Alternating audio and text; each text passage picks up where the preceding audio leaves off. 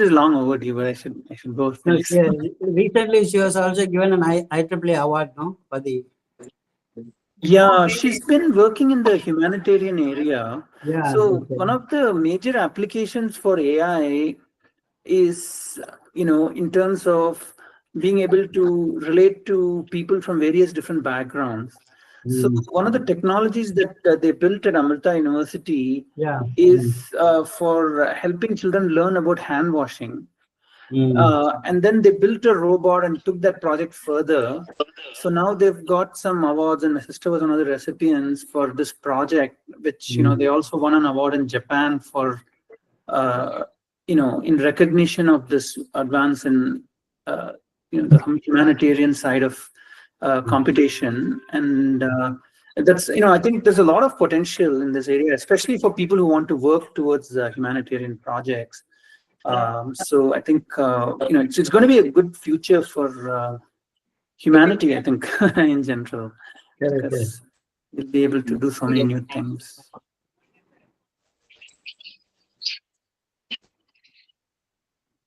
Okay.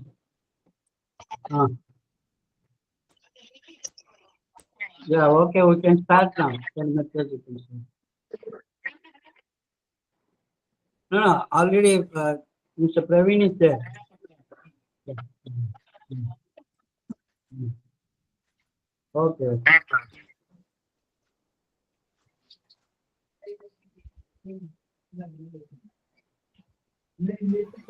Sir, shall we start? Yeah. We can. Yeah, we're ready. Okay. Greetings and good evening. On behalf of the organizing unit CSI Chennai, IEEE CS Computer Society Madras, ACM Chennai, and Hindustan Chamber of Commerce HCC, it's my pleasure to welcome the speaker, the chairpersons, the office bearers of the organizing units, delegates and participants present in Google Meet and YouTube live streaming as well for today's webinar on productivity and mental wellness in the workplace. I now welcome Mr. Praveen Tatia, Hindustan Chamber of Commerce, to deliver the welcome address. Please, sir. Yeah. Good evening, ladies and gentlemen. You are able to hear, madam? Yes, sir. Yeah. Yes, sir. Okay. Very well, sir. I have great pleasure to say on behalf of my president, Linesh SanatKumar. He is not able to join today, so I am vice president of Hindustan Chamber. I have a great pleasure in welcoming you all for this webinar organized by the Information Technology Committee of our chamber, headed by Mr. H.R. Mohan and his team. This is a joint webinar with IEEE, Computer Society of India, and ACM Chennai. I congratulate Mr. H.R. Mohan for initiating such important webinar for the benefit of our members. We have an eminent speaker, Mr. Anand Manikutty, Director, Qwykr Technologies USA, to give a presentation on the topic. Let us hear from him. I also welcome the committee members of IEEE, CS, Computer Society of India, and ACM Chennai. SCC is happy to be associated with this association for all the webinars organized by them, and we receive a very good feedback from our members for the topic and the speakers who are addressed in the webinars organized by Information Technology Committee of our chamber. As far as I am concerned, today's speaker will dwell upon how an individual's mental strength support for the productivity in an organization. In today's scenario, it is very difficult for any senior official in an organization to handle young generation. They have to understand the workflow, work with tempo, and improve the productivity. This important topic and the need of the hour. We feel it is very useful for HR heads. All business owners can implement some of the methods to be indicated by the speaker. As regards HCC, it is a 78-year-old non-profit organization which has more than 990 members from various segments of trade and industry. We are very active in social media. Those who are not members of HCC may please contact our secretariat. Please follow us on social media to participate in our events. Thank you. Yeah, thank you, sir. And I now invite Mr. H.R. Mohan, Chair Events IEEE Computer Society Madras, to introduce the speaker of today's webinar. Please, sir. Okay. Good evening to one and all. Let me join both Dr. Komathy and Praveen in welcoming everyone for this today's program, particularly the speaker, Mr. Anand. Today's webinar is our last one in the year 2024. We wanted to end the year with a positive note and trying to identify a suitable topic and the speaker. At that time, Mr. Anand, who was on a personal trip to India, got in touch with me after a few years of our interactions. Having known about him conducting a session on the same topic for Rotary members in US, I explored the possibility of Mr. Anand delivering a presentation for our members. He was kind enough to accept my request in spite of a short but highly engaging trip across India. In today's context of post-COVID work from home, global competition, impacts of technological developments, everyone is concerned about work-life balance, productivity, and mental wellness. So today's presentation on productivity and mental wellness in the workplace will explore the intersection of productivity, mental wellness, and the science of happiness in the workplace, with a focus on the Japanese concept of Ikigai and practical Ekzercado method. So coming to the formal introduction of the speaker, Mr. Anand Manikutty, he is known to me for over 2 decades. His parents are known to me personally for about 4 decades. His father, Dr. Manikutty, who was a railway mechanical engineer at Erode, moved into academics after his PhD at IIM Ahmedabad, where he served as a faculty and the most sought-after consultant professor. Mr. Anand was known from his IIT Madras days. Mr. Anand is an accomplished technology and media industry professional with a diverse background spanning over 2 decades. With a strong foundation in computer science, artificial intelligence, data science, and entrepreneurship, Anand has proven track record of success in strategic decision making, data analytics, and computational thinking. He has worked with global organizations and collaborated with high-profile clients, including royal families of the Indian subcontinent, enriching his professional journey. He is currently a director with Qwykr Technologies USA. Anand's academic credentials include degrees from prestigious institutions such as IIT Madras, the University of Wisconsin, and Stanford University. His work spans several domains, including computer science research, non-profit, media, and tech entrepreneurship. Additionally, Anand has a passion for writing and authored books on poetry and contributed to projects on business, politics, and art. His recent work, which gained significant attention, led to an Ask Me Anything session on Reddit and established presence on Amazon. As a writer for over 20 years, Anand uses his skills to address societal issues and share his insights. His portfolio includes contributions to strategic management, textbooks, and the development of theories on political science, competing with the ideas of prominent scholars like Francis Fukuyama and Samuel Huntington. Anand's varied career allows him to offer a wealth of knowledge and unique perspective on strategy, technology, and human development. Throughout his career, Anand has embraced continuous learning, innovation, and strategic thinking, making him a versatile and valuable contributor to any project or field he engages in. We are fortunate to have him to address our participants on productivity and mental wellness, covering Ikigai, positive psychology, and Ekzercado methods. With this brief note and introduction to the speaker, let me now request Mr. Anand to enlighten us on the mental wellness. Over to Mr. Anand. Thank you, Mr. Mohan, for a very warm introduction. I am very thankful to the organizers and the hosts, and especially to Dr. Akila and Dr. Komathy for setting this up. Let me start my presentation. Let me just switch to my presentation screen. And hopefully you're able to see it. Okay, yeah, so let me just give a... Yeah, it is coming very well, sir. Oh, perfect. Okay.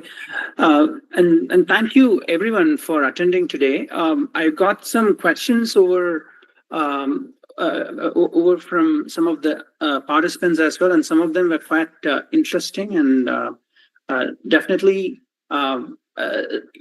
these sort of questions give us food for thought, and it is important that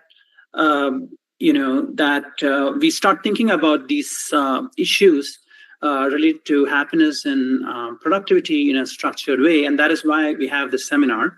I feel speaking on behalf of science, so I'll try to keep as much of this based on science as possible. Welcome everyone to this webinar. And I would like to start. Here's the agenda for our meeting. In the interest of time, I'll briefly just go over the main things that I plan to cover. Company, you understand. So just one thing by way of clarification: I am bilingual in English and French. So sometimes I might drop a little bit of French. I hope you will bear with me on that. Also, I do promise to translate anything I say in French into English so that everybody can follow along. And even if I use something in, say, Tamil or Sanskrit or any of these languages by chance, I'll make sure to translate all those words, phrases, or sentences. So, the quest for happiness has been a long-standing human quest. It has been mentioned by Aristotle. Even the Indian classics have gone into it. And coming to Chennai and Tamil Nadu, whether you're attending Margari Utsavam or whether you're reading Silappatikaram, we're familiar with the type of things that make us happy and that gladden our hearts, right? So it is not like the concept of happiness is alien to us, but what the science of happiness is revealing to us is fairly new. And up until 2000, the focus of psychology research itself was quite different. It's after 2000 that a lot of resources got devoted to studying happiness, and a number of researchers became prominent in the field for coming up with innovative ways to try and tease out how happiness really operates and how and why we can get happier. And so some of the topics we're going to cover today are Ikigai, and then a simple framework that I've developed based on research, based on the scientific research, and you'll see why it's a simple and elegant framework to work towards better happiness. And then I'll try to cover as much as possible on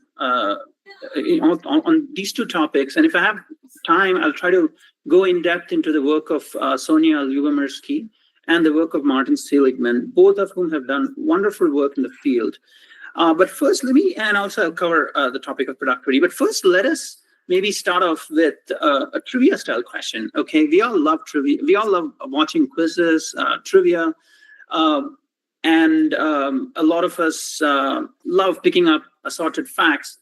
But in the interest of science, what we're going to do is try to approach happiness in a very structured way. And so let's start off by asking, what is common to the Parker Space Probe, the Mars Curiosity Rover project, and the Human Genome Project, right? So three very different sorts of projects. The Parker Space Probe is, it involves a spacecraft which is ventured closer to the sun than any human-made object up until now. And its mission is to unravel the mysteries of our neighboring star by collecting clean, precise data. And this is going to come directly from the sun's corona. Okay, and then we have like the second project, which is the Mars Curiosity Rover project. This is at this point an iconic symbol of our exploration of Mars, the red planet, and it has provided unparalleled insights into Mars geology, climate, etc. And its success heavily relies on precise instrumentation and clean, actionable data, right? So as computer scientists, we're very interested in data. And the Mars Curiosity rover project is another project that has captured the imagination of people around the world. And then there's a Human Genome Project. And here, of course, we're moving to an entirely different domain of human inquiry. And this initiative, which can only be described as monumental, it mapped the entirety of the human DNA, and it unlocked various secrets of human biology. And it really transformed our understanding of life itself in many respects. And so let me ask you, what do these three projects have in common? And it may not be obvious where I'm going because there are so many different ways to even answer it. But I would say the answer I'm going for is that these projects are all characterized by the relentless pursuit of clean data. And each of these groundbreaking endeavors, it depends on filtering out noise, refining measurements, and ensuring data quality. So let me give it an example of why, clean data is important. So let's say you drop a feather and a 30-pound weight in a room, and you see which one falls, what the behavior of these two objects is. So we have a 30-pound weight and we have a feather. Well, obviously, let's say the weight is made of iron. So, obviously we expect the weight to fall down much faster. But if you think of the underlying phenomenon, which is gravitation, and that is given by, G m1 m2 over r squared, right? That phenomenon is captured by, such concepts as G, the acceleration due to gravity, right? Now, if you take timing for this 10 times, the feather and the 30-pound weight, let us say we run this experiment. We drop each of them 10 times and measure the times they take to fall to the ground. We'll find the feather always falls down much more slowly, right? We all know this. But I would argue that there's a different way to look at this. And many problems, you can transform them, for instance, and just look at them slightly differently. And this is the other way to look at it. When you're measuring the times, and as far as the gravitational force is concerned, you have unclean data. Why is it unclean? Because these two objects are not encountering the same air resistance, right? So supposing we clean up this and we say that, okay, I'm going to clean up this data by dropping them in the near vacuum setting, then what do you see? Then what you'll see is that both of them fall down at exactly the same rate because the G value is a constant, 9.8 meters per second squared, right? So we know this. And yet we find that when we actually gather the data, we get something different, okay? So now, of course, in physics, we'll say, well, air resistance is a fact of nature. We have to account for that. And there is nothing wrong in collecting the data in one way versus the other. But think about an area like happiness research, right? How do we collect data for happiness? So you can't simply just take, say, 30 people, like a classical experimental setup is, you take 30 people or 40 people, n number of people, assign them randomly to two groups, give one of them a treatment, what we call a treatment, say, give them vaccines, give one group a vaccine, the other group are given nothing or a placebo, one of the two, and you try to see whether there is any difference in behavior. So say you're trying to test out a vaccine. So you give one group a vaccine, the other group doesn't get the vaccine. And if the vaccine is effective, sure enough, the first group recovers. And so we say, well, that it must be because of the vaccine, because there's nothing else that's different between the two groups. But then how do you do it for happiness? You can't take, say, 60 people, and assign them to two groups and tell them for 2 years, you're going to do everything the same. All your behaviors are going to be exactly the same. Just watch each other on some type of streaming video or something, copy each other's movements. And 2 years later, we'll try to see which of you is happier. Because first of all, the issue is that you cannot control for everything. People are going to go about their lives. They're going to do a lot of different things. Things are going to happen to them, life circumstances. So how do you measure, how do you study this? How do you analyze this? It's a tough question. And that is where the quest for clean data comes, right? So we need to have clean data, because if we don't have clean data, we're not going to be able to analyze this. And so that is where social scientists have come up with all kinds of clever ways to tease out what is going on and find out what is happening underneath the covers. So in this presentation, I'm going to present three major things. I have some notes here. So the first is the 50-10-40 rule. Okay, so let me get this out of the way right away. So it turns out that when you clean the data, and after you clean the data and you've analyzed, you've removed extraneous factors as part of various studies, what we're left with is, it turns out that about 50% of our happiness is genetic, or it comes from what is called the set point. So some people are just very happy. Like, for instance, my mother, she's generally quite happy. I'm also generally reasonably happy, or quite a happy person. And so our set points for happiness seem to be high, right? But for other people, their set points itself seems to be low, and they have to work harder to be happier. Okay, so maybe they're registering at 5 to 6 on 10 on a 10-point scale, 5 to 6 on 10 as far as happiness goes. Some people, whereas other people are almost always at 7 or 8, and so and it does seem that there is a set point to human happiness. And the way that we know this is through various interesting studies that have been done, including one involving twins.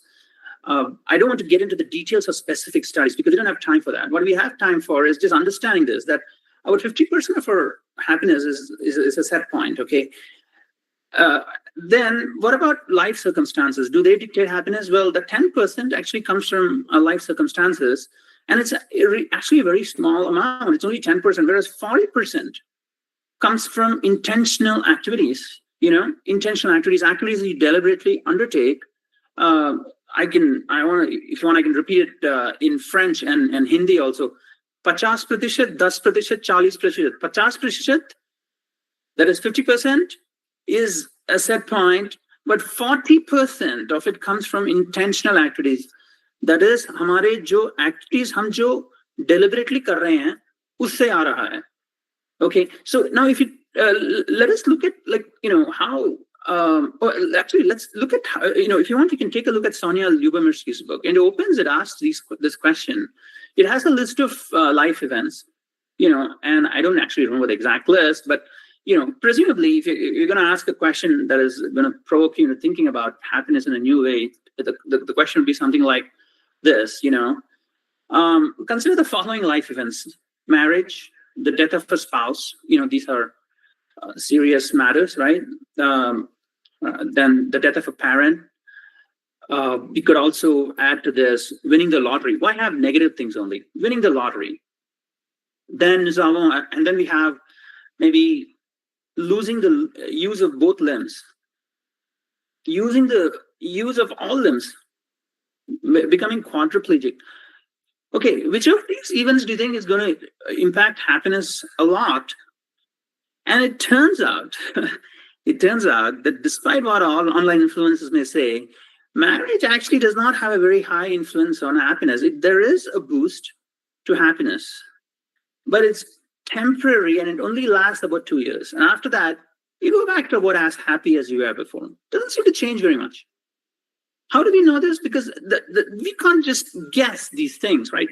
Let's think about it a different way. Like, there are so many different things you could do to be happy. You could, go to the Maldives. There are some people I know who are planning a trip to the Maldives. Okay, you could go to the Maldives, or you could maybe walk around the people tree. That could make you happy. You could read Silapadigaram, you could read Manimekalai. Will that make you happy? You could attend Marbury Utsavam. Is that going to make you happy? What about the death of a spouse? Is that going to make you sad?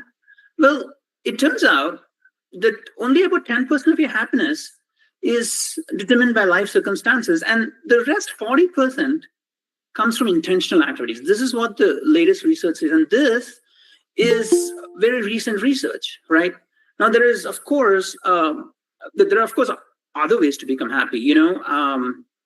For instance, Shah Jahan, he built the Taj Mahal. Is that a way to become happy? Probably. Well, he was a king, so he could collect taxes. He didn't have to work for all that money. He just had to collect the taxes, right? And then he orders people to, Nizam. We had all these architects in India, right? Ustad Isa, he built the Taj Mahal, and he just tells them to do certain things, and they build the Taj Mahal, and he names it after his wife. And so his wife has got a measure of fame. He's got a measure of fame.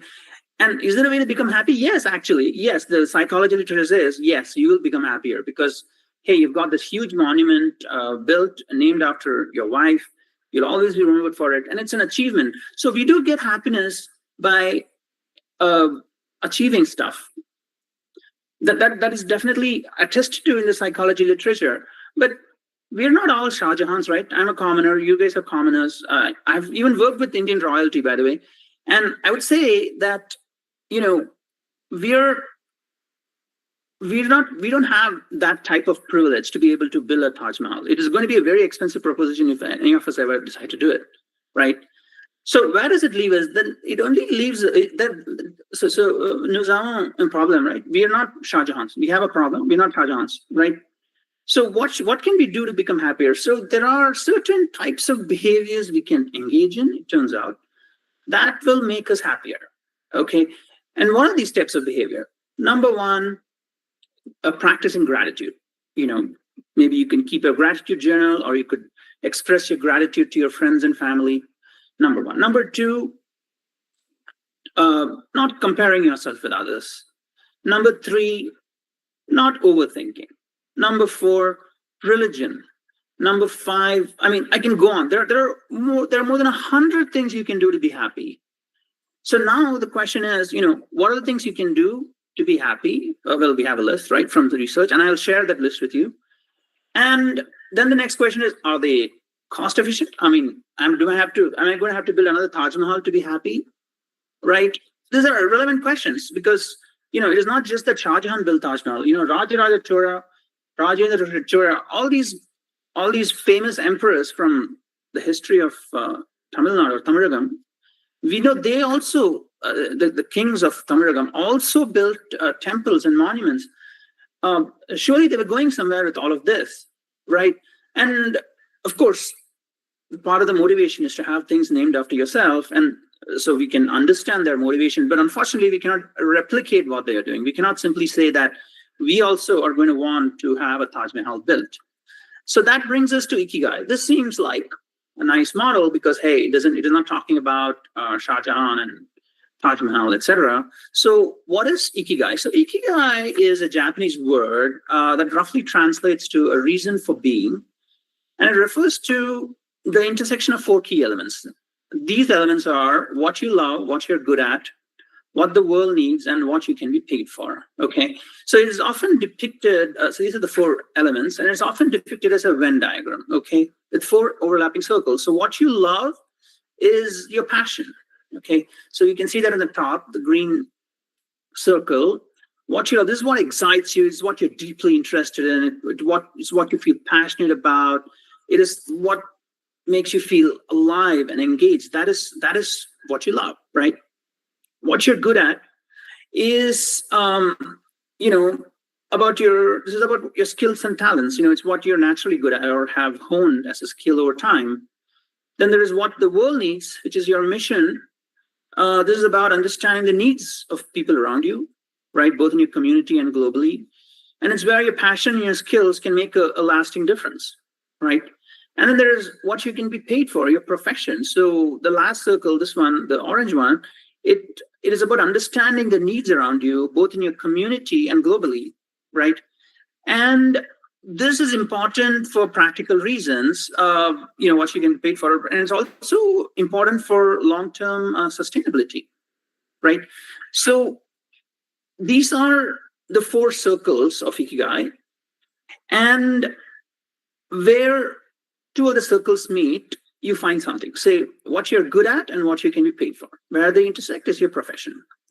What you're good at and what you love, that could be your passion. You could just be like, you know, very good at, say, katana sword play. You know, katana is a Japanese sword, or maybe kalari paev too, right? You may be very good at it. You may love it too. So it's your passion, and you can do it in your free time, so that you have something going in your life that you're passionate about. And there are lots of people in Madras, for instance, who are passionate about Carnatic music. They go to Narada Gana Sabha. They love classical music, Carnatic music, obviously, and you know, we have all these different types of classical music. So referring obviously to Carnatic music. So and that's one of their passions. And some of them are singers too. And so they're good at it and they love it, and so they pursue it as a passion.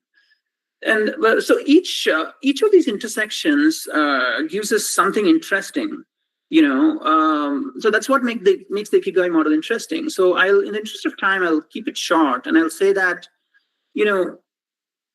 the goal of Ikigai was for people to find their true calling, because if the same thing can be what you're good at, what you love, what the world needs, and what you can be paid for, then that's your Ikigai. All the four circles coincide, and then it's a very powerful approach, powerful way to approach life and work. You're good at it, you love it, you can be paid for it also. And besides, it's what the world needs, right? But, it is not an instant process to find your Ikigai. So this can take time and require self-reflection. And for example, somebody who loves teaching, you may be skilled at explaining complex ideas. They might be able to see they might be able to see that what they're doing is part of a social mission, which is, which is because education is important in society, and it is something they can be paid for. So teachers often seem to be very happy with their line of work, or at least seem to in America until like the 90s. And for them, perhaps they found their Ikigai, right? But and so, before I critique it, in closing, I do encourage you to reflect on these four circles and where they overlap for you, and you can use it then to find maybe your own Ikigai. And in fact, one of the questions is, what are the steps I can take to find my Ikigai? What are the implementation steps? And this is where it's helpful to look at what the book says and what the literature, the research literature is based on says, right? So in terms of what the research for Ikigai is based on, it is based on people in Okinawa who are, in double quotes, known for their longevity, and they credit their Ikigai, people in Okinawa, for their happiness. And it's true that if you have a strong sense of purpose, it can improve your mental health, increase your life satisfaction, enhance overall well-being. All this is true, right? But there is one problem here, and I'll go back to the slide. And that problem, you can understand it easily by looking at by noticing the fact that I marked known for their longevity in double quotes. Okay, basically what has happened, this has just happened in the last few weeks, at least as far as the Indian media is concerned. The Indian media is now covering the fact that a researcher in the UK has found that there is one problem with the data set. And the problem is that the data is not clean. That is the problem. The problem is that the birth records of people in Okinawa cannot be relied on because there are a lot of people who are misreporting their age. So now there are people maybe, who have looked at Ikigai as a model for their own life, and maybe they're wondering why things are not working. They've tried to align all these things, but they found their passion, they're working on like something that they're passionate about, they're not getting paid for it. So what are they going to do? And this is true for a lot of people in India, in various different sectors, like take Carnatic music, take Hindustani music, take Madhubani painting. The people who are doing it are not really getting paid a lot. And so they're wondering, where is my Ikigai going to come from? Maybe it'll come in the future, or maybe it won't come at all. So that is why, I have a slide here which says simply about methodology. So methodology is super important, because if all the researchers behind the Ikigai did was to use the Japanese as a model, there are some problems with it. First of all, I'm quite familiar with people in Bangalore. I don't know anyone who follows a Japanese diet. Maybe a lot, it's possible. Some of the reasons why people in Japan, in Okinawa, are happier is because of their diet, because we know diet has a major influence on various things related to how happy you are. So are we all going to start copying their diet? Are we copying their diet? No, we're not copying their diet. So that's the first. That's another problem with the Ikigai model, really, because it's not a model that you can 100% emulate. Can we really create the exact same type of communities that the people in Okinawa have? Is that really even feasible? how do we go about creating such a community? Like, I've lived in Bangalore for some time also. I simply don't see these communities just organically growing up. It doesn't happen. So, the people in Okinawa, they are, it's very nice to note that they have this community, but what do we do, right? So again, my goal here is to present the science, not to get into certain types of discussions. And so I have put up the slide deck on this website here on this that you can note down in this slide. I basically what we did is we just put up the slide on this Facebook page because we thought it would be important for people to be able to access some of this material after the talk. And the URL for this Facebook page is simply facebook.com/Namaste Bharat Digital Online. And this is just a means to get this information over to people. So please go to the website and you'll be able to download the entire slide deck from there. And I think it will be helpful for you to have the slide deck. And so we made it available for you guys. And you'll see the slide there where we have named, the type of things that we can be covering as part of a talk like this. We can cover strategies for individuals. We can answer questions on others. I can answer questions on that. Yes, so we can do that. But we cannot cover national economic policy implications, right? So, for instance, I myself studied at Harvard, and I know a lot of high IQ individuals. Now, the struggles of those high IQ individuals, and Stanford as well, and there are high IQ individuals everywhere in these top universities, and that is where we humorously titled as the case of the red-headed high IQ league. I mean, can we really give strategies for people with high IQs, high EQs, very specialized demographics? Chris Langan, for instance, who has the reputation of being the smartest man in America. Can we? He was actually, part of a high IQ society, of which I was also a part of, and I was the editor of Termite, actually, of that magazine for that high IQ society. And I know what happened with Chris Langan in that high IQ society, and it leads you to believe, that maybe he could have handled his things better with regards to this high IQ society, right? And this is not the point here is that people with very specialized demographics, very specialized needs. It's not easy to address it. But these strategies that I'm going to discuss and the 50-10-40 rule, this is broadly applicable to almost to a majority of us. And the important thing to note is, although we cannot say a lot of things about specific people, like say Chris Langan, what we can do is we can comment about other things. So like say, for instance, take Mr. Narayanamurthy's comment on the 70-hour work week, okay? And this is not meant to be about national economic policy. I'm just presenting the science. He says, people should work 70-hour work weeks, okay? What does the happiness research say? Well, I'm happy to discuss this also after the talk. If you look even at the Quora polls on what is it like to work 60 hours in a week, you'll find that most people say that it's not a very pleasant experience. Most people say that. And so from the point of view of happiness research, Mr. Narayanamurthy's prescription is not a very good one. So if there are people in Infosys who are working 70 hours, they are not going to be happy, right? Their parents are not going to be happy. Their family is not going to be happy. Who is going to be happier? I would say Mr. Narayanamurthy is probably going to be happier because he's getting them to work 70 hours. And my point here is that the field of happiness research has important things to say. It has important implications for national economic policy as well.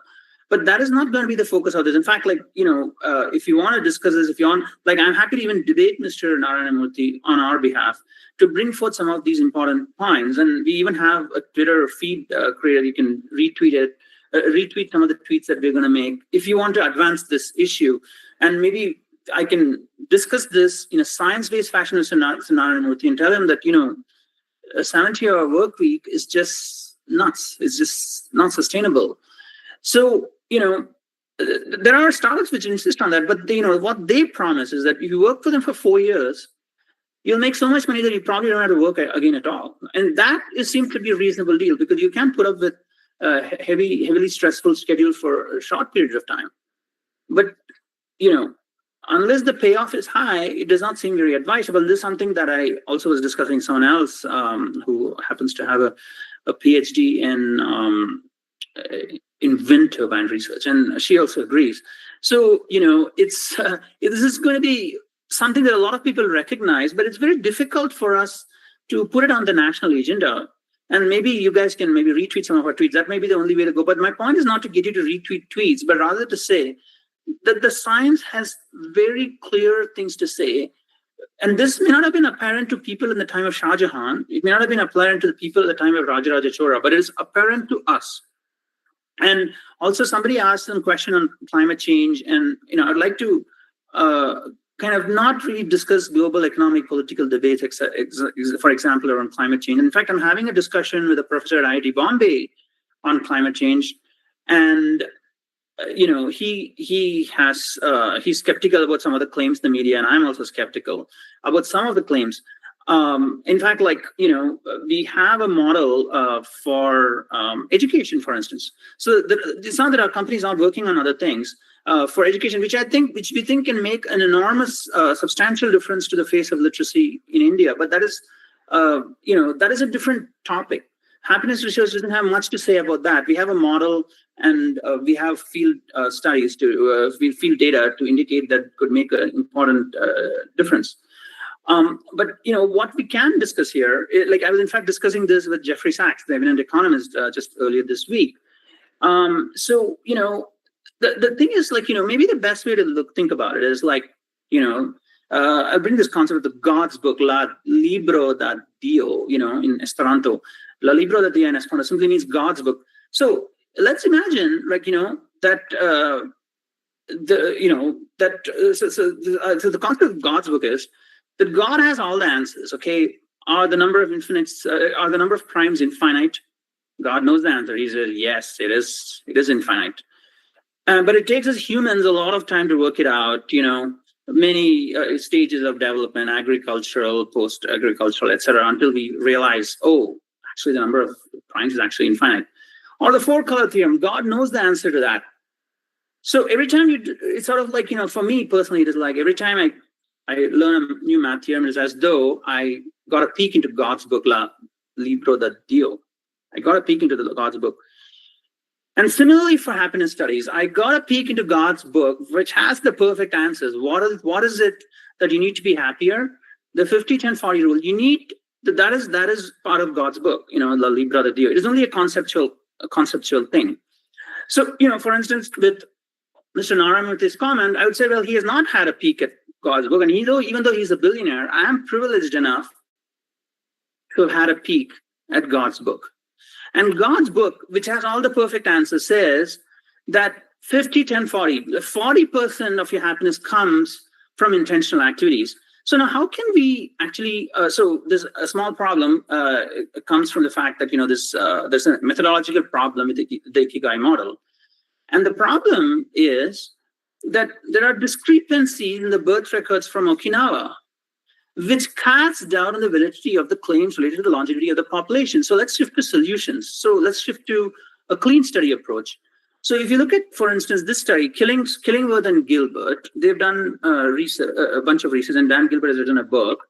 Let us see how they actually looked at this issue and how they tried to gather data. So here's a clean data approach. So how do they create data that is clean? Ikigai, I'm already questioning whether the data is clean, right? So what they did is they used an app.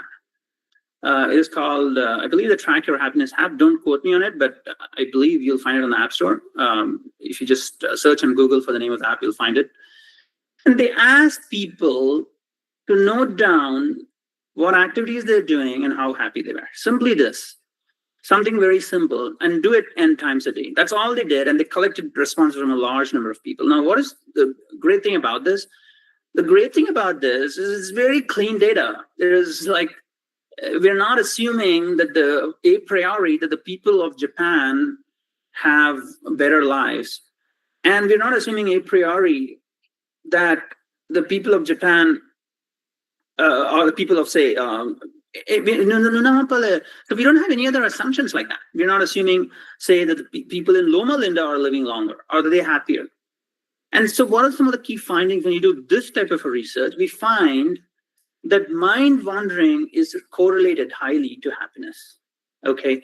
People's minds actually wander nearly 47% of the time. And when your mind wanders, it is strongly associated with lower happiness levels, regardless of the activity. So being present really matters. People are happiest when fully engaged in the present moment, okay? And so I don't want to spend a lot of time on specific papers because this is just a key finding, and we can delve into specific papers too if you want. We are even happy to set up a Google Hangout sometime in January. But for people who want to follow up and really understand this better, but here's a simple framework to help us see how we can get happier. Okay, so as I already said, from the research of happiness, so from the research of happiness researchers, we know that 50% of your happiness, it comes from a set point. This is influenced, for instance, by your genes. 40% from intentional activity, and only around 10% from life circumstances. And this is a provocative question that Dan Gilbert, I believe, asked. Would you rather win the lottery or become paraplegic? And now it turns out, paraplegic, you lose the use of all your limbs, right? And it turns out that people who win the lottery, after some time, they become just about as happy as they were before. It goes back to approximately the previous level. So this argues strongly for the set point theory, right? But it's also true for people who are paraplegic. People who lose the use of all their limbs, they eventually adapt. They learn how to use wheelchairs, etc., and they start navigating the world just about the same as they were before, and they're back to how they were before. So, okay, there's another. But here are some interesting things that I found looking at stuff, some of the stuff on the internet. So, as somebody correctly noted, there are 5 positive emotions and 9 negative emotions, and it is much easier to simply avoid creating negative emotions. Okay, so this is the power of avoidance. So you just focus on eliminating sources of stress, sources of anxiety, sources of frustration. For instance, like I found that social media was creating a lot of negative emotions in me. So I just basically put in place a plan to simply cut down on it to the greatest extent possible.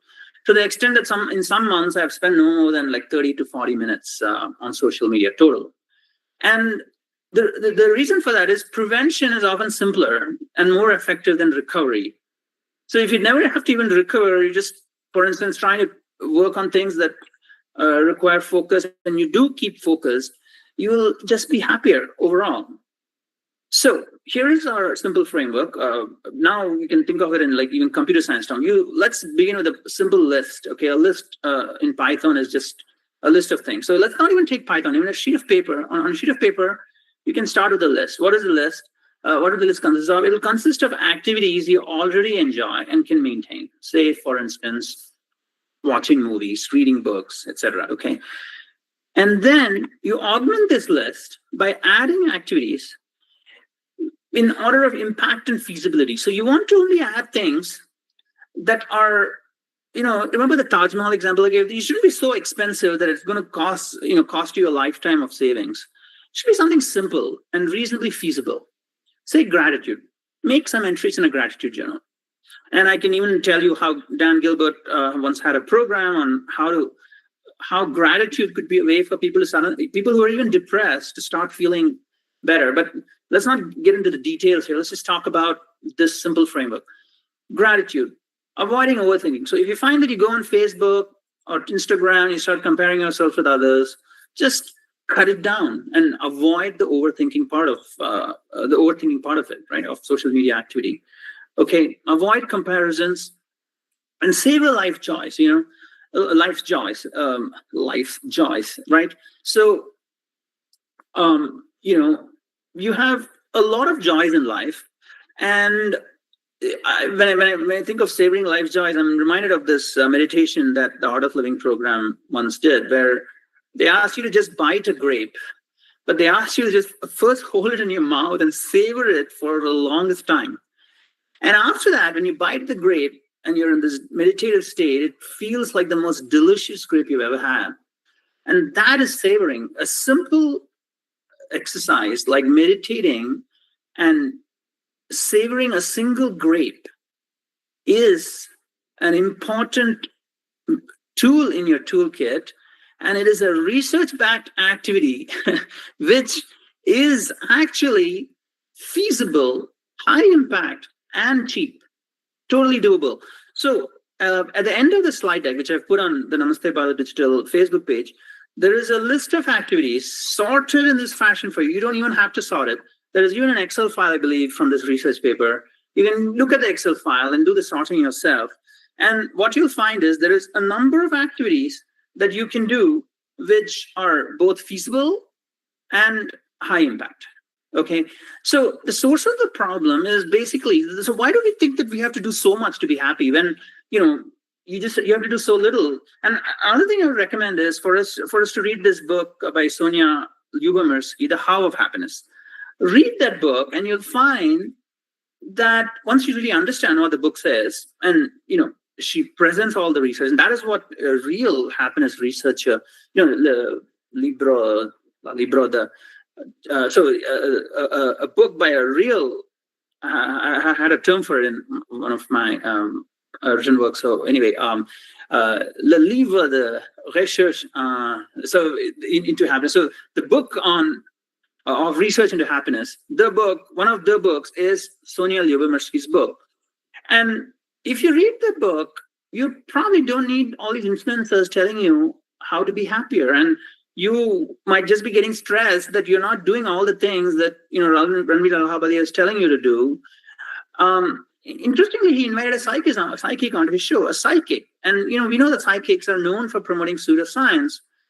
And so that is one of the sources of our misinformation. We think that if only we did everything that Ranveer Allahabadi said, we'd be happier. But actually, happiness is not that far away if you adopt a simpler strategy like the one I was delineating. Another source of problem is life coaches. Like, take, for instance, Robin Sharma's book, The Monk, His Soul, His Ferrari, is actually not much more than a story. It doesn't have any social scientific data. Is there any study there where, you know, is there any way he's talking about how he has compared and contrasted different ways to become happier? Has he given any examples? I don't believe that, you know, a book, which is just a story, sufficiently lays out how they've arrived at their conclusions, because what has happened time and again in the social sciences is that a lot of what we thought were true are actually not true. And so when we have to change our approach, we need to know what are the things we should probably eliminate, right? So in the next, artificial intelligence through, like, say, Google Gemini sometimes generates incorrect or fabricated information. So we can't rely on that either. So far better is to go to this, Sonia Lyubomirsky's research and book. So I'll briefly cover what she has covered in her book. So she says, as part of the happiness formula, as part of her content on the happiness formula, as I said, 50% of it is a genetic set point, it is your baseline level of happiness. 10% of it is life circumstances, and 40% of it is intentional activities. So what are intentional activities that boost happiness, according to Sonia? And I have myself engaged in all of this type of stuff, you know, these types of activities. Practicing gratitude, keeping a gratitude journal, or expressing thanks regularly. Cultivating optimism, focus on positive future outcomes. That makes you happier. Acts of kindness. Deliberate acts to help other people. Deliberate acts. Mindfulness, do some mindfulness meditation. And the key is just do less of the things that make you unhappy, and more of the things that make you happy, and engage in flow. And flow is another concept in psychology that's very important to know. And flow is about when you're fully engaged in the moment. So it's very hard for me to cover everything from books, etc., as part of a short talk. So I'll just once again tell you about the framework. So, you know, the strategy I'm employing is very simple. I say something, I repeat it, and then I repeat it again. And so this is the first time I'm repeating it. So you start with the activities that you already enjoy, and then you augment your list, right? So you augment your list with research-backed activities, which are in order of impact and feasibility, and try and see what are those activities that work best for you. Okay. So we have developed this method called the Ekzercado method. And what this method basically says is, the best way to learn any topic is to read. Okay. And it is not sufficient to maybe just read books, maybe try to also read the research papers. But if you cannot, maybe just read Sonia Lyubomirsky's book or Martin Seligman's book. They're full of quality research. They're full of wisdom. Even if, like, say, the Ikigai model gets rejected later on, we still know that we still know what is accurate, right? And the reason for this is, again, la libro da Dio, God's book. We have peeked into God's book. We know what is right and what is wrong. We know that there are certain activities that are going to work for us and work for us as humanity. And that is not something that's going to change whether or not the birth records in Okinawa are accurate. So that is why this is a very important exercise for us all to engage in. That is to identify activities that make us happy, because, when we identify it and we apply some scientific rigor by, say, looking at the activities that are maximum bang for the buck, we're able to identify valuable insights that can impact your own personal growth and happiness. And there are people who have asked, I have some notes here of people who have asked questions related to this also, and they're all very valid ones. We need to understand, for instance, what should we do when we get stressed? What should we do when we get stressed? It's a question I hope to address if I have the time towards the end of this talk. In the next book, the research area, the next item I'd like to cover is Martin Seligman's research and book. So one of his books is called Authentic Happiness. And what he talks about here is that there are really three separate paths to happiness: the pleasant life, the engaged life, and the meaningful life. What is the pleasant life? The pleasant life is when you're maximizing positive emotions and sensory pleasures. So enjoying good food, enjoying good music. These are all going to make your life more pleasant, right? The engaged life, you find flow in activities that fully absorb your attention, and you just get engaged in whatever you're doing, whether it is singing classical music or engaging in classical dance, using your personal connections to maybe go out on a holiday. This is all part of the engaged life, right? And I assume the holiday would be something where you would engage in activities that absorb your attention. Say maybe you go paragliding or something. It doesn't have to be expensive stuff. It doesn't have to be even adventurous stuff like going bungee jumping or any of that. It could just be activities that absorb our attention, right? And then the third way is the meaningful life. So you pursue a higher purpose by serving something greater than yourself, say contributing to community, or you're contributing to a cause. Like, for instance, we're developing this technology for literacy, right? So that could really make a big difference in the long term, and that's why we're doing it, right? So the truth is, the true and lasting happiness comes from combining these three pathways, savoring pleasures, engaging deeply, and living with meaning and purpose. So it's very important to keep this in mind. So that is why, for instance, we cannot dismiss Shah Jahan's approach. His approach was, the pleasant life. He's going to maximize the positive emotions, maximize sensory pleasures. He's going to build maybe a Taj Mahal with a pleasant view. And that is how he achieves happiness, right? So now let's step over and now see the connection between mental wellness, obviously, mental wellness is linked to productivity, but let's see what is the link. So productivity isn't just about working harder or longer, right? It's about performing at our best without sacrificing our mental health, right? And our mental well-being directly influences things like our focus, our motivation, our creativity. These are all key components of productivity. So how can we ignore our mental wellness while we are maximizing our productivity? A mentally healthy individual is more likely to A, stay focused, B, manage stress more effectively, C, maintain motivation and energy levels throughout the day, right? So now what are some mental wellness practices? I will try to cover also the question on what we can do when we get stressed, how can we make ourselves move more positively or overcome it? Because all of these are questions that people have asked. What are the implementation steps for Ikigai? How to control negative emotions in critical times. I hope to have the time to cover all of these questions that have come in. Inform some implementation tips for work-life balance. These are all very important things to learn about, and these are all very good questions. And we all know that mental wellness can enhance productivity, right? Mindfulness, we know that it reduces distractions and helps improve focus. So that's one of the tools now we have to enhance productivity, right? Stress management. There are many tools available for lowering stress levels, and that can lead to better decision making, and can also lead to more creativity, right? Then sleep. The quality of sleep essentially is an important factor in restoring cognitive function, and it helps you stay productive throughout the day. And exercise. There's another tool in the toolkit that we have. Consistent exercise. Just have an exercise routine and just keep at it, and that will boost mental clarity. It will improve your energy levels, improve your overall productivity. And also, in terms of common productivity challenges, burnout, procrastination, fatigue, these are common productivity challenges. And there are many tools available for each of these things. Burnout, you can address it by taking regular breaks, practicing mindfulness. Procrastination, you can engage in positive self-talk and emotional regulation, utilize emotional regulation techniques.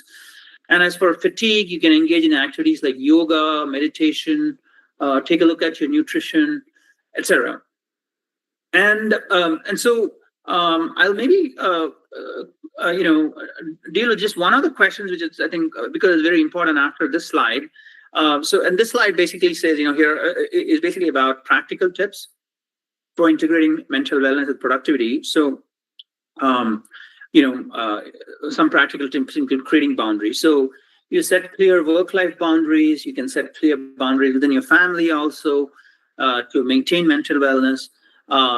Daily check-ins, take a few minutes each day to check in with your mental state, identify or address any stress issues early on, prioritize self-care, take regular mental health breaks, right? And mindful workflows, employ a mindful approach to work, focus on one task at a time as much as possible, take short breaks, and then come back. Avoid multitasking if you can.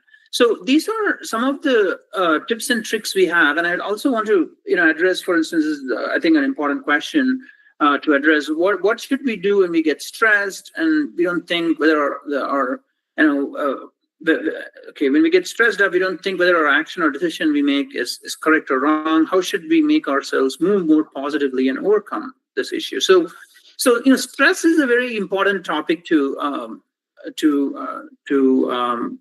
think about as part of any workshop series, because stress often triggers a fight or flight response, which can cloud our judgment, and it also makes it more difficult to evaluate our actions or decisions. So when we get stressed, what are some things you can do? First, I have some notes here. Pause and breathe. So stress, tends to narrow your focus.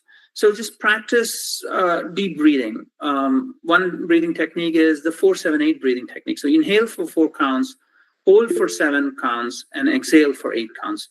There are other techniques like 4-4-6, etc. These techniques can help calm the nervous system. So first, pause and breathe. Then try some grounding techniques to ground yourself. Say, for instance, Vipassana meditation. These types of techniques can break the cycle of overthinking, right? And there is a technique called the 5-4-3-2-1 method. I don't know if I'll have time to discuss all these things. And I don't think, I have this in my slide deck, so you can maybe contact me afterwards. But the 5-4-3-2-1 technique is a technique to ground yourself. And so, after you pause and breathe, you've done your pause and breathe thing, you can ground yourself, then just take a moment to reframe the situation. Try to see, why is something like this happening? That's the question you ask yourself. And then here comes the next 2 things that I think are important: taking small positive actions. So take some action to resolve the issue and start building momentum. So start building momentum. Reduce feelings of helplessness. You're never helpless. Just identify one small positive step that you can take. And I'm talking about people who become really, really stressed, right? So if you're stressed about work, maybe you can start by organizing your thoughts or just jotting down a simple plan to tackle that issue. And finally, there is an important technique, important concept called self-compassion. What is self-compassion? It's like the opposite of self-criticism. So self-criticism tends to amplify stress. You criticize yourself, you feel you're no good, and you then make maybe a mistake down the line. You find you find more evidence for this, and you keep going in a downward spiral like that. But self-compassion is this idea that if you're compassionate to yourself, you don't have to just practice compassion to others. You can practice compassion to yourself as well. If you're compassionate to yourself, you acknowledge your feelings, then you'll find the stress starts melting away. You just have to remind yourself, it's okay to feel stressed. I'll take it one step at a time, and eventually I will seek to conquer. Right. So I'll come to. Sorry, the slide deck got advanced because of some notes I have here. So again, I'll reiterate a few things because again, it is explain, repeat, and then repeat yourself again. So remember the 50-10-40 rule, right? It's we've got stuff in the slide deck for you. So download it and keep it around. Remember this framework I have given you. It'll be helpful, I think.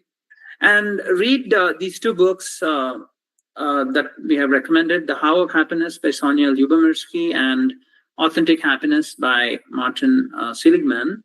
And you will get a lot out of these books. And by implementing those techniques, we can put ourselves on the path to more happiness.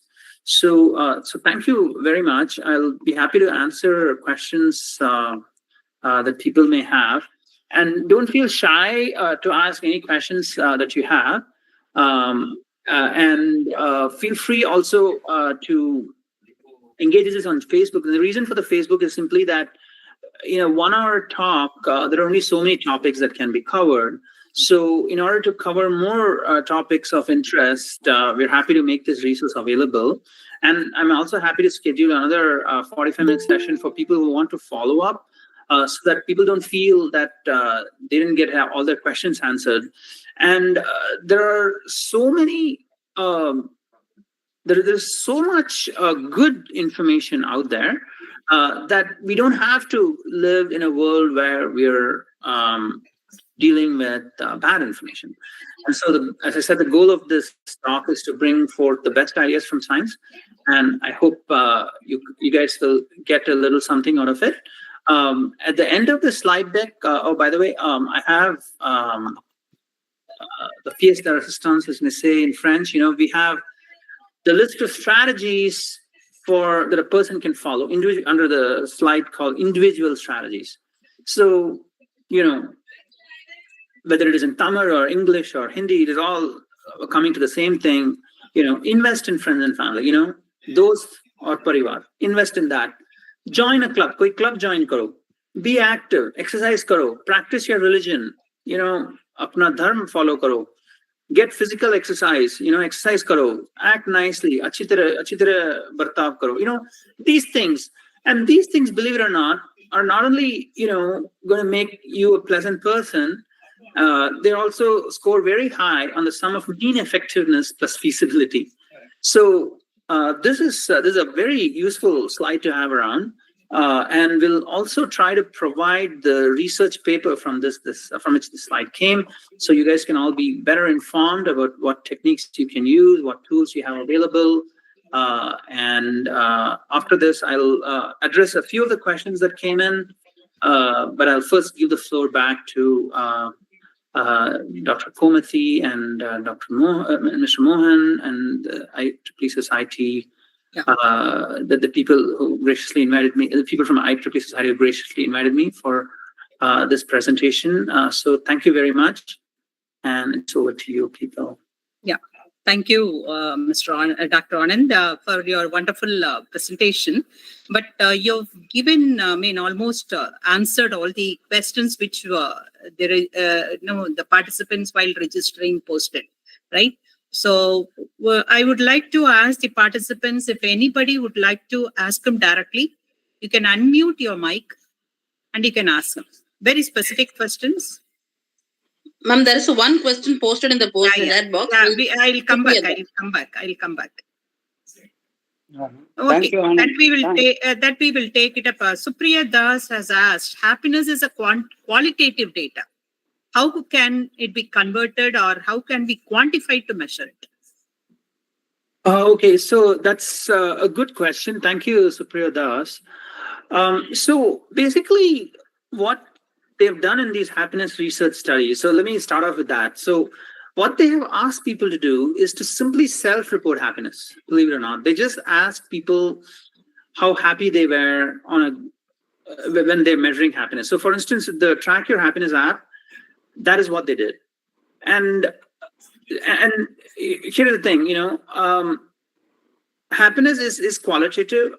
We recognize that. But what we'll find is once we start quantifying it, even if it is approximate, we start building better and better intuitions about what makes us happy. Does that answer your question? No, he is asking how can it be quantified?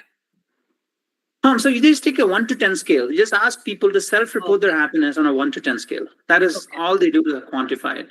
So in terms of quantifying your own happiness, I'll give you an idea that you can maybe adopt. So there is an app called Brainway. You can download it, and they will ask you these questions, and they will use it to quantify your happiness. So if you want, say, a different approach than, say, just a 1 to 10 scale, you can download the app and answer some of their questions. Okay, that's good. If anybody would like to ask directly to him. Participants, please. Yeah, Anand, it is a wonderful presentation. I just, I thought that, this social media, that, the impact of social media. So particularly, it is having, both positive and negative impacts, whereas the negative impacts are much higher. So, see, this is indirectly, trying to sort of, decrease the happiness of the individual who is affected. See, particularly, among the college students and even among the work people also, so there is creating a lot of problem. Particularly, that some people join up and then try to sort of bullying and things like that. So, and ultimately what happens is the person affected goes into the anxiety and stress mode. Okay. Though people have been working on different ways, how to reduce and how to sort of reduce the screen time and things like that. Is there any practical way that we can implement or something is possible? Because as my daughter is also a clinical psychologist, she has got a lot of clients coming with this type of issues. And the people are even driven to the stage of, committing suicides. Right.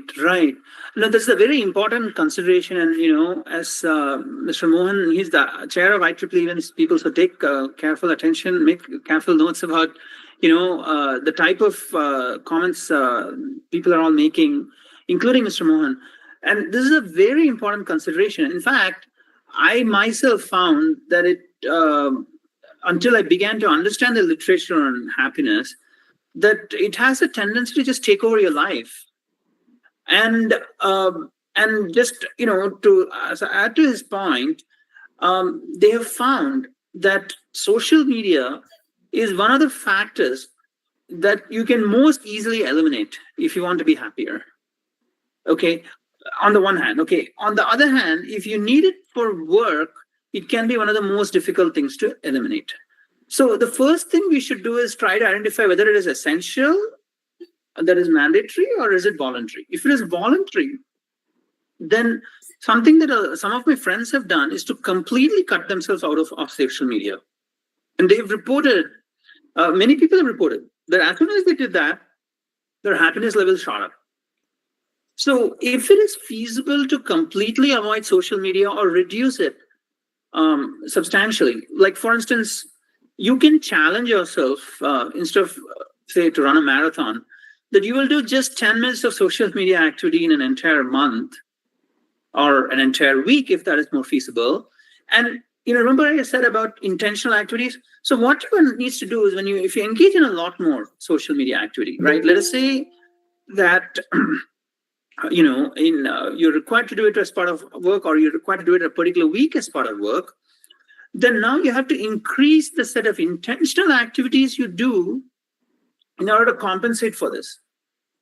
So you will have to then meditate more. You'll have to maybe, engage in more acts of kindness, volunteer more. You'll have to do all these things just to get back to where you were.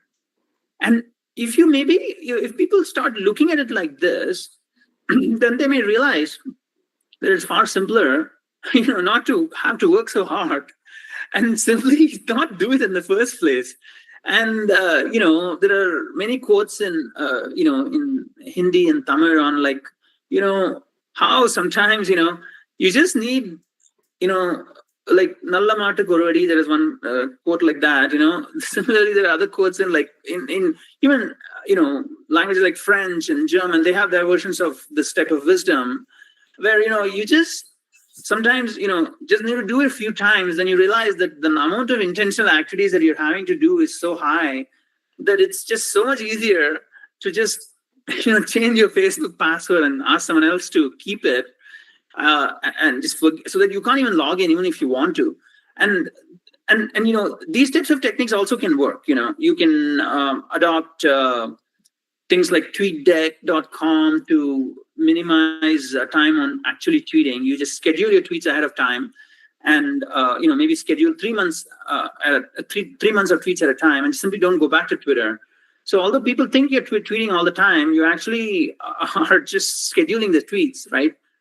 So that's another. So there are also technology tools that are available, and this is again a very interesting topic and an involved topic. So it might take a lot more time to really get into all the tools and techniques that one can use.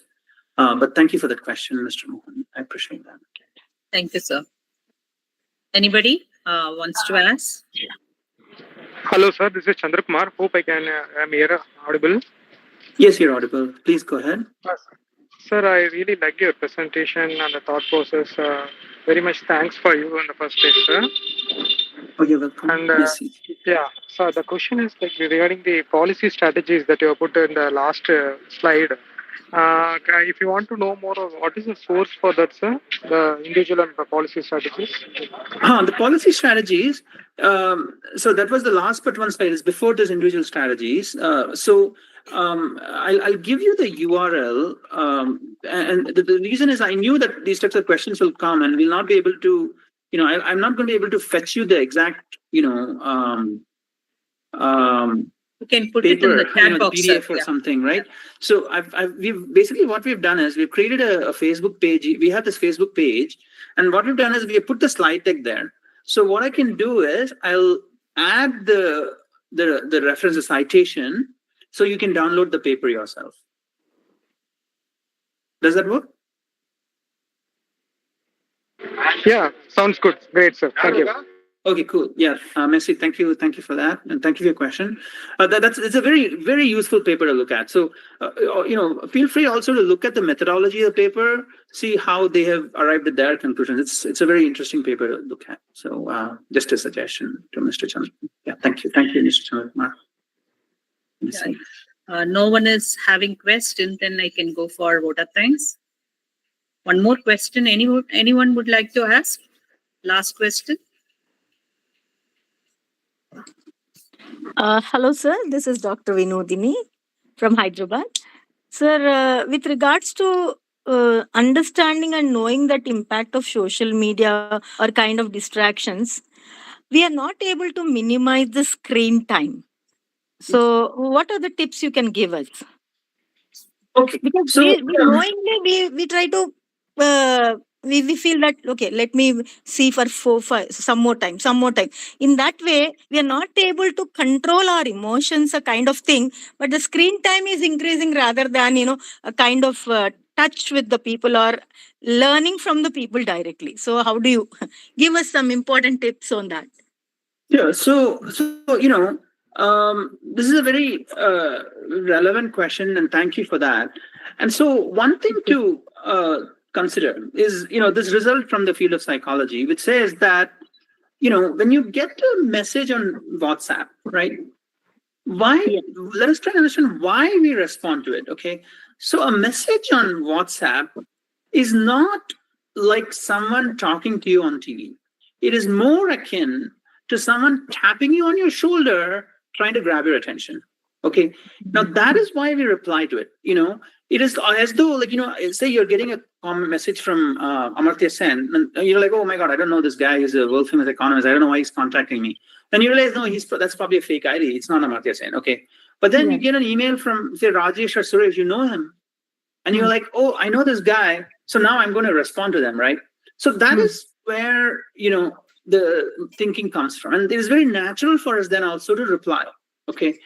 So now how do we control it? So now there are a few different types of techniques one can adopt. One is to just schedule all your tweets, schedule all your Facebook posts, and just abandon the scene, For 3 months, tell yourself, I'm just going to let the scheduled post on Twitter come out, and I'm not going to actually do anything other than scheduling it once every 3 months. And in addition to Twitter, LinkedIn also lets you do this, where you just set up all your tweets or your posts rather in LinkedIn ahead of time. So one strategy is to gravitate to those social media where you can schedule ahead of time. And that is what I myself did, right? So I'm only on LinkedIn and hardly ever on Facebook, because LinkedIn, you can schedule it ahead of time and you can simply walk away. Okay, that is number one. Okay. Number two, try to do things on social media which will not require you to go back to anything. Okay. So for instance, rather than posting questions, just post a cooking recipe. That's what I did. I just posted a series of cooking recipes on LinkedIn and I just left. Because I know that even if someone comments on a cooking recipe, you're not Relevant. bound to respond, right? So it's just a recipe, and maybe he asked a question. Maybe you're making, it's like for making bisi bele baat or something that is novel to that person. Well, you're not exactly guaranteeing that you're going to be like checking those tweets at any frequency. So let them post their tweets. You just come back to it when you are good and ready, right? So one strategy is to gravitate towards those social media which let you pre-schedule, right? Number two, you adopt a different social media strategy which does not require you to be interactive, right? And number three, we do use social media to keep in touch with our friends and family members, right? A lot of people have said, all my cousins are on WhatsApp, how can I avoid it?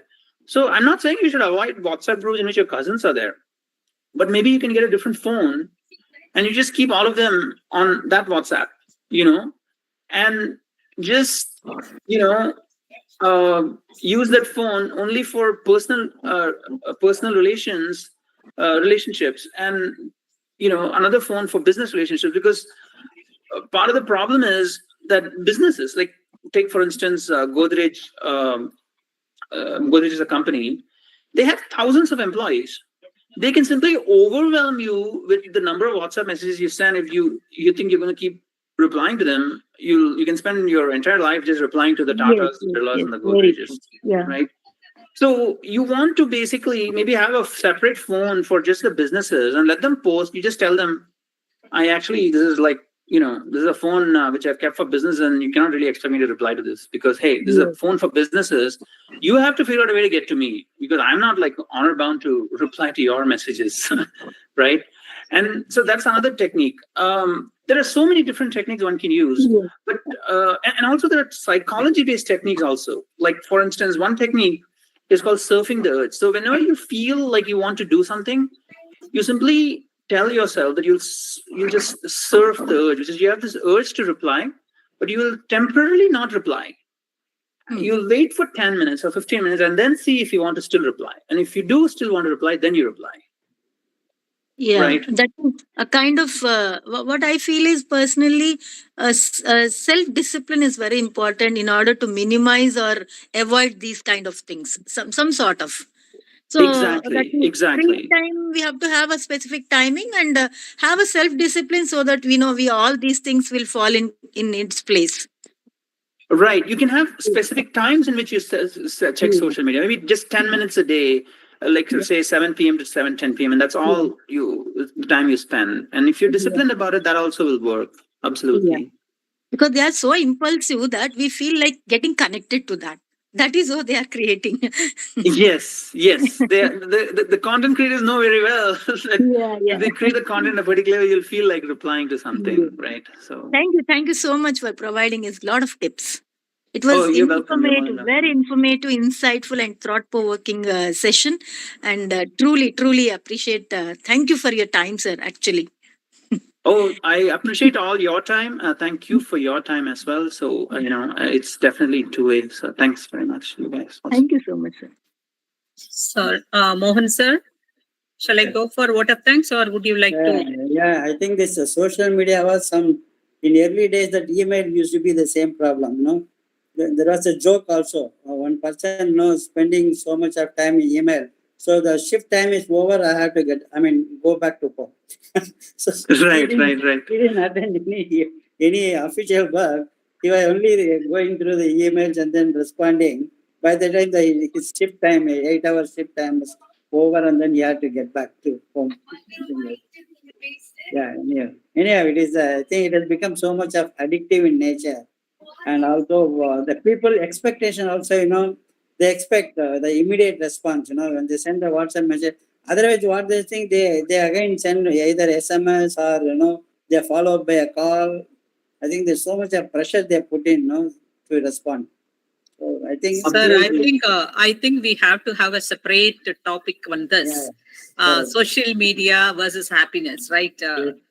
Yeah. Absolutely, So absolutely. it's a very definitely focused, a very important topic. yeah, very focused area. Children and students, everyone comes in this picture. Yeah. So we'll definitely Absolutely. have it in the future, sir. Thank you so much. Oh, definitely, definitely. Yeah, thank So, you, thank you, no, everyone. No. Let me have the word. We'll formally close the session. Yeah, sir. Thank you, sir.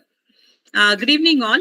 I thank the organizing units, CSI Chennai, IEEE Computer Society Madras, ACM Chennai, and HCC for arranging this webinar today with the topic productivity and mental wellness in the workspace, which included Ikigai and positive psychology and the Ekzercado method. So we sincerely thank Dr. Anand Manikutty, Director, Qwykr Technologies USA, for his wonderful presentation and his valuable time spent with us today. Dr. Anand started his talk how happiness operates and how to be happy with, using the rule 50, 40, and 10 rule. 50% of the happiness comes from the set points, say genes, etc. 40% comes from the intentional activities of the people, and 10% from the life circumstances. He presented two mental wellness approaches, namely Ikigai, for finding what you love, what you are good at, what the world needs, and what you can be paid for your from your profession. Finding your Ikigai improves the mental health, boosts the workplace satisfaction, and increases overall well-being. In fact, research shows that people in Okinawa, Japan, attribute their longevity and happiness as they are practicing their Ikigai. The presentation also included Ekzercado method, a simple technique for continual improvement in one's wellness journey. The individuals can identify the patterns and challenges that affect their abilities to reach wellness goals. For example, we talked about social media. So that is one of it. This method encourages small manageable improvements over time. Exactly, that's what we concluded, contributing to sustained productivity and mental wellness. In short, he stressed that combining the pleasant life, engaged life, meaningful life will lead to happiness. He gave few practical tips for integrating mental wellness and with productivity, and also argumented what do we do when we stressed out. I once again thank Dr. Anand, for courteously responding to the questions raised by the participants. I thank Mr. Praveen Tatia, Hindustan Chamber of Vice Chairman, Hindustan Chamber of Commerce, for his presence and supporting this webinar. I sincerely thank our mentor, Mr. H.R. Mohan, Chair Events IEEE Madras, who worked meticulously to bring speakers covering multifacets of computing technologies, but now as a wellness program. I'm thankful to the participants too who joined us in live Google Meet and YouTube live streaming. I thank the event team members from the organizing units for their support in arranging this event. With these warm words, we move to the end of today's event. Thank you all. Thank you all. Thank you, Anand. Thank you. Thank you very much. Definitely appreciate your hosting me here. Yes. We will meet again, sir. Thank you so much. Definitely. So I'll sign off now. Thank you. Yeah. Thank you.